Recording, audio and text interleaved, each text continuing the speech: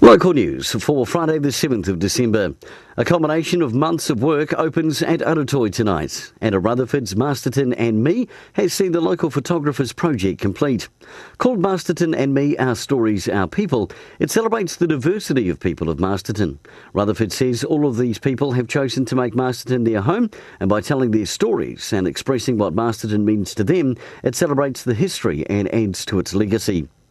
Martinborough's Wāhinga Centre will open its doors for the first time to the local community and invited guests on Monday after a 6-year project to save the town hall and build a modern purpose community hub is complete. It has been a joint partnership between the Wāhinga Charitable Trust and the South Wairarapa District Council.